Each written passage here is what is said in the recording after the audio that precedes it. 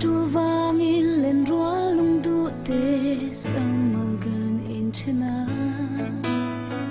mual za pui dan kar la tang hianin darang ton le ni her thuai se ti ngak le taka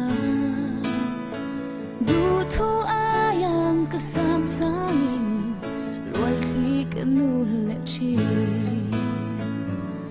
oh len rual lung du zong tu tua sham sham ngo suy lung len hi matiang kol eng tu klirin chel takin thok zelan o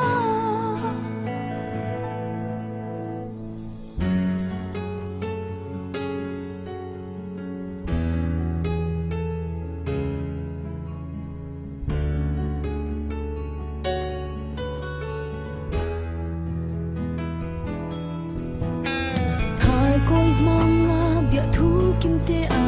kan hlam chin zong ta khan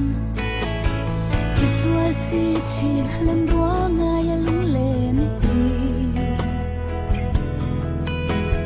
piak sim cho yin an kan nen dam ten in chon chi ma ila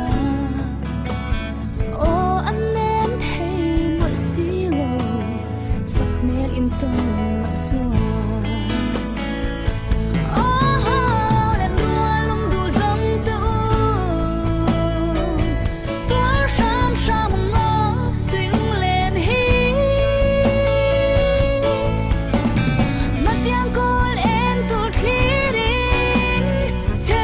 talk